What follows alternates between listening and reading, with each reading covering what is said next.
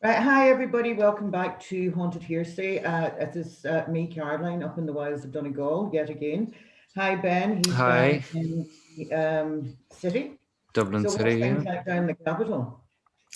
Not too bad today. I haven't been outside, so I don't really know what the outside world is like. But weather-wise, it's not the worst. Oh my God. It was a lot colder now in the last week or so, but today it's just wet, you know. Now we see the rain coming down in sheets here today. It's just literally, it was raining so heavy earlier on. Yeah, Not a day, as they say, it's not a day for man nor beast. There's a couple of things on. I was watching back Tuesday nights, and there's a couple of things I'd like to point out. I'm very good at going off on wee rants about things, and I forget that not everybody knows who I'm talking about. So I need to clarify. First of all, Saint Nicholas. Saint Nicholas was actually a Greek who was brought up in Myra in Turkey, uh, and and he was known as the gift giver. And it was on his death that people started giving gifts on the 6th of December in his town, and to commemorate all the deeds, the good deeds, etc., that he had done. And that spread into other towns and eventually spread over into Europe. So that's all around 370, circa 370 AD. Now, Constantine, another thing then, Constantine, I kept mentioning him because I assume everyone knows who I'm talking about, but he was a Roman emperor, but he was also Greek. was it not Uh, Turkey? no, Constantine? Constantine the Great was actually of Greek origin, and his mother was Hmm, Greek. okay. He became he was the first emperor to convert to Christianity and Catholicism, and he started the process. Rome was very much a city of polytheistic, polytheism Mm, views. There yeah. was just many, many, many different religions. There was no one. But anyway, it was him that started that conversion. Now he predated Saint Nicholas, and that's another thing that makes St. Nicholas really special is that he was amongst the first people to be canonized as a pope. But it Oh. would have been Constantine the second, Constantine the first successor and son. So it would have been Hmm. it would have been him that would have canonized St. Nicholas. And that was around the time that they were establishing holy dates. Before that, it was done by the moon and, Yeah, all sorts of things. pagan. Now, yeah, well, Easter still is Mm. done by the phases of the moon. That's Hmm. how you establish, that's why it's a different date every year. But they wanted certain things, and the birth of Christ was one that was going to be solidified.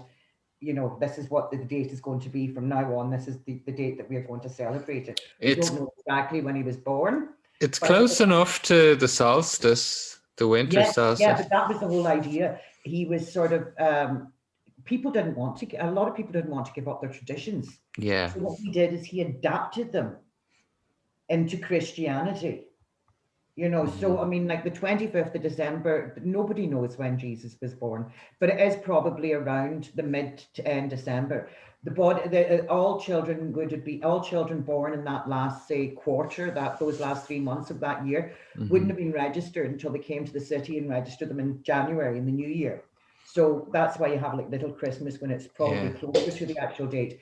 But also to celebrate amongst one of the first saints, Nicholas being the gift giver.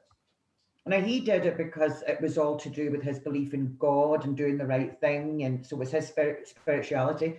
Hmm. And so to not stop people remembering him and being gifts, they decided to bring it closer to the Christmas period, but the Christmas period that we know now. So they incorporated it again into what was became a religious sort of feast to celebrate. And now he's the one that commissioned the first one is the one that commissioned the Bibles, and he had gathered lots of different Bibles that were all originally written in Greek, and they were most likely Roman Christians that had escaped Rome during Caesar and Pontius Pilate's time, and probably went to Greece and took their word there. So Refugees. yeah, that exactly. Yeah. Probably, like sort of around 100 AD, that sort of thing. And so, yeah, so I just wanted to sort of like Clear that explain up. who Constantine was, Yeah. and Yeah. why he would have had significant say in the dates that we now celebrate. Most of them do coincide, previously with Hmm. pagan celebrations, But things that people that live off the land still believe in to this day, like a good harvest, having Yeah. enough to sustain you for the winter, to the lands to be ready for planting for the next year. These people that live off the land are very, so they weren't giving up those traditions, They're in but they tune with amalgamate. Yeah, so they the were married. land. Now, Krampus, as you say, very hard to say. Did Krampus come up? I think, as you say, it was definitely pre St. Nicholas and probably BC rather than AD. Well, they're saying, well, in what I read, they're saying there's no real definitive proof of No, whether it was pagan or if it was adapted from pagan or which, like, I'd it's still say a I bit would say it's vague. probably to do with more of a pagan thing that's been adapted Mm, down the years yeah, because of the fact that the gift giver that was St. Nicholas believed in, that if someone deserved the birch, they should get the birch. yeah, Like sort of don't spoil the child, don't spare the rod and spoil the child or something like that. I mean, yeah. yeah. I always Times have remember changed. Yeah, thank God. I always remember Billy Connolly saying in one of his shows, he says, see, growing up in Glasgow, he says there was no generation gap. You just battered the children. Which is Yeah, so true. Which is so yeah. true. Thank God. So, but you know something I've often thought as well, when you read things like that, you think the gift giver, you can understand people giving a gift.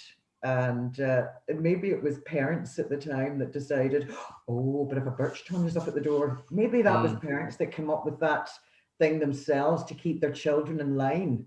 It's Well, very possible. We Krampus would don't be a know. bit much for that, but No, that no, no, no, no. And that's at St. Nicholas, the birch. yeah, And I yeah. think that So evolved into if you don't get an orange, you'll get a coal, yeah, that kind of Cole, thing. it's kind I of think, tamed down as it goes yeah, along the years. the darker oranges are definitely in Germanic, but Mm, they definitely adopted a lot of the gift giving as well. But they had more of the more traditional things that we know of Christmas now were mm. definitely from Germanic or origin. Well, all And those folklore stories anyway are quite dark, the grim ones. oh, absolutely, they were going Um, to terrify children into behaving themselves and not wandering off. so it's The probably grim it's fairy tales were probably fairy tales. it's probably similar idea to that, Yeah. just historic, Yes. like I through think history. what it is that over the centuries, everything is married into the one that we have now. And the one that we have now, the Christmas that we have now with the jolly big guy, really is it's a fantasy of Coca-Cola. Hmm. And it's been married into traditions that were in Europe that predate Christianity, and then ones that were adapted into Christianity. But I mean, I can still remember my grandparents saying, like, when they were growing up, they didn't have Christmas. It wasn't that popular No, here. You went or to mass and things like that. And I think my grandfather said he was about 7 or 8 the first time he ever mhm. remembers getting a Christmas present. So it didn't even come across into Ireland until the 1900s. It was Yeah. an English and German tradition and an American tradition then at that stage. Hmm. But Even yeah, my parents, they didn't really get gifts. They got like, or they would, but they'd get like an orange, like or something. They're not that old, but then you can sod off. Your parents are the same age as me. There's only about 1 or 2 years between me and your mom. that's And I there's got more than an orange. 5 years. Right, okay, whatever. I'm totally on your Yeah, mom's no, they side got here for this gifts, but one. like it wasn't you give a gift to everybody, No, and it no, wasn't no, there was none of that. I have to be it honest. wasn't as soon as Halloween is over, it's Christmas now in town, Yeah. everything's themed. It wasn't that shit. Yeah. Like, When we were growing up, everybody got the same thing. You got an annual, you got a pair of pajamas, mm, you got, if you were lucky, you got a selection box, and you got one good present. And mm, everybody got that was the same thing. That was just what you knew you were getting every year. mhm. And that was good. Everyone was in the same boat. People couldn't afford to go out and the nonsense that's spent on Christmas nowadays. My Like, mother's one of the worst of them nowadays because she'd always say, she had nothing growing up. yeah, so But now it's the Xboxes way, galore. yeah, it's Christmas has just grown and bloomed the same way that Halloween did. Yeah. Halloween was quite a dark, and now it's grown, and now and even here it's come back here again, but it's come back here Americanized with all Mm, the pizzazz and the dressing up, and well, we did mm. have the dressing up, but not the same way that it Not the is same now. way, not the Yeah. commercialism. Well, do you know, sometimes this is, not a bad thing, but it is Mm, getting a wee bit OTT. I think people need to reel it back a wee bit and remember that this is, it's a 20th century celebration. Including the actual Christmas and the gift part is a 20th century celebration. Don't get me wrong, the birth of Christ, and that's different. But you know what I mean when it comes to the gift giving and things like that. You do need to start reeling it back. It is getting out of hand. Oh, it's crazy.